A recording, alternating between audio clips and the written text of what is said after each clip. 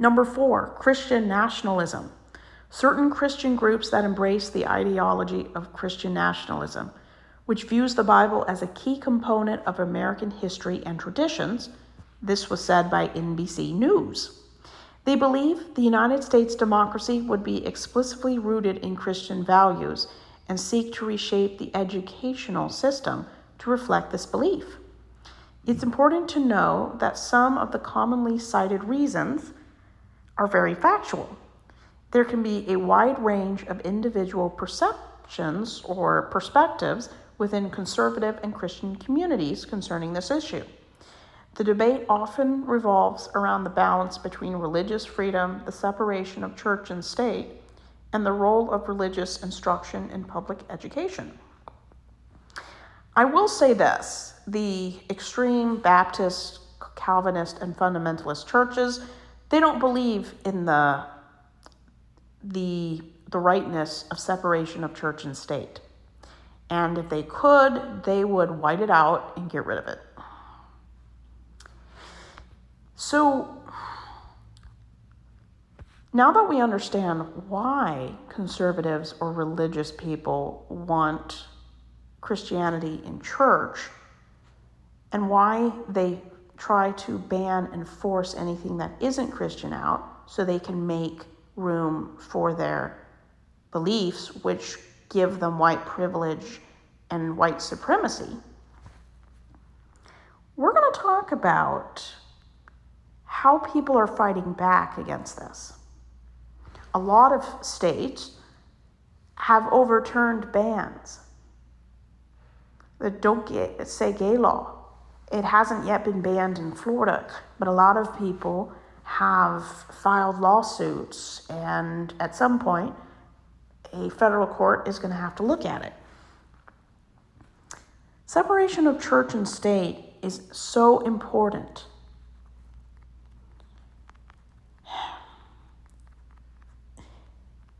People talk about in history class that the pilgrims came over to worship the way they wanted.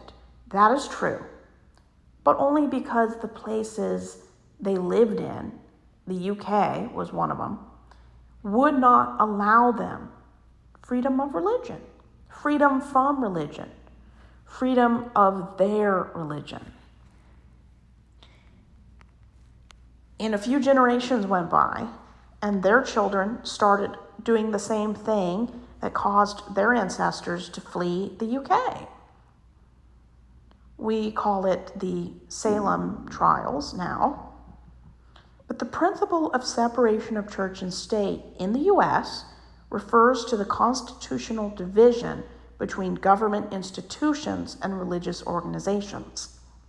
This principle, primarily derived from the First Amendment Establishment Clause and Free Establishment Clause, ensures that the government does not establish a natural religion or interferes with individuals' rights to practice their faith freely. However, I believe, according to the morals, the integrity of the Founding Fathers, they did not want the government making laws that elevated any religion above another. I mean, the government is never supposed to make a law that lifts up a specific religion. The law should defend religious right as long as it doesn't harm someone else.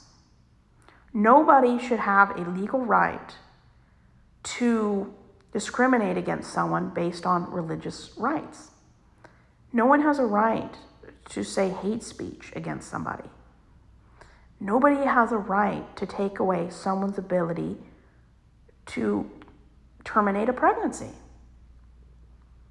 Everyone has a right to pursue health, wealth, and happiness.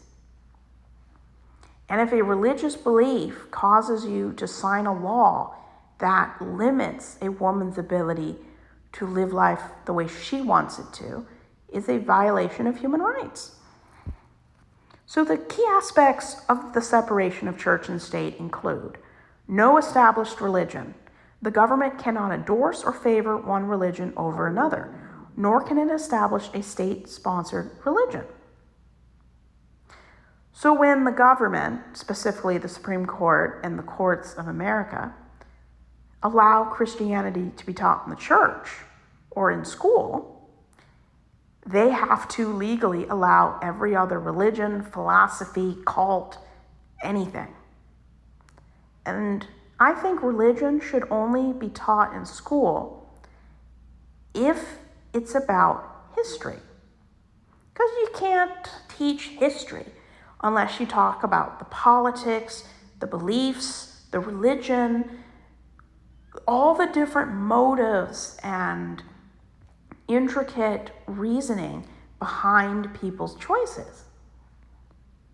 I mean, it is entirely appropriate and legal to talk about the religious beliefs of the Pilgrims. Just like it's legal to talk about the religion and the beliefs of the people in Salem, which caused people to hang each other. As long as you show religion in a positive and negative light, depending on how it affected history, science, mathematics, health, I have no problem with religion rearing its head. But changing history, leaving out historical components to change the way history is remembered should be illegal. And this is what I experienced in school with Florida white supremacist Christian fundamentalist curriculum for homeschooling. They rewrote parts of history. They left out vital components. They always made religion look good. Seldomly did they ever give religion a bad name, even if the history that they were talking about shows that this religion was terrible at this time. They would completely write it out. This is the problem. If you can't show religion at its worst, the same as you do when it's at its best, then this curriculum needs to be abolished. It's racist. It's colonialist. It's homophobic. It's anti-Native American. So no, the government cannot establish a religion. There should be freedom of religious practice. Individuals have the right to practice their religion without government interference, as long as it doesn't conflict with public morals or harms government. So there is religious limits. As long as a religion does not harm children, women, doesn't control people, doesn't indoctrinate people illegally, doesn't use their religion to hold insurrections against the government, kind of like Waco, Texas in the 90s, as long as they're not a threat to autonomy, choice, and the betterment of people, then this is a legal religious behavior. Mutual independence. Both religious institutions and government entities operate independently of each other. Well, not so much in 2025. Minimizing the potential for religious influence on government or government influence on religion is an ongoing issue.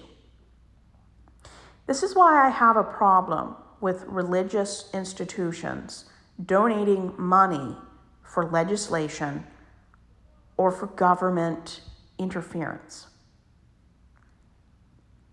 Churches should be focused on helping people, not restricting abortion, not banning books in school, not erasing queer people, not standing up against racism. Religion needs to remove itself from politics. The only time religion should ever get into politics is if they need to remind the government that they are acting in a way that violates human rights. If the government was not letting people have due process of law, which they're doing right now, by the way, with the immigrants, where the government is taking away and erasing people for being themselves, this would be an appropriate way that Christians or religious people could get involved in politics to create laws to help protect people of minorities and the LGBTQ plus individuals. But they're not consistently doing that. It's the exact opposite. They're using their political and their religious clout and the appearance of family values to basically cause the death, depression, and terrible life experience for other people. So the historical context and legal interpretations. There is religious intolerance in Europe, which caused America to be colonialized. Citizens in the UK, before modern times, had laws that required every citizen of England to go to church. The Pilgrims were fined for not going to church, to the Church of England under the Catholic king from Scotland and England, King James I and VI, who also wrote the King James Bible by proxy. Even today, a lot of countries endorse a primary religion. This is unacceptable. The concept, like the First Amendment, has the Establishment Clause and was designed to prevent government from establishing a national religion or favoring one over others. And this is the slippery slope when it's not put into practice. If you allow Christianity into schools, you have to let all the others. And my opinion is, based on the legality, the ethics, and the purpose of education, religion should only be taught under the age of 18 if it impacted the events that are being discussed. You don't need to talk about religion unless it has to do with history, science, mathematics, the social and economical changes, medical, nursing. The only time religion should be mentioned in classes under 18 is if it is relevant to how something occurred. And it needs to be taught accurately. If it portrays Christianity as in a bad light, then that's how it's portrayed. If another event in science or history portrays a specific religion positively for that time period, then teach it as it is. But if you can't teach the negative part and the positive part, which with the same enthusiasm, accuracy, and integrity, this is a violation of church and state. Religious people need to stop furthering their beliefs into government.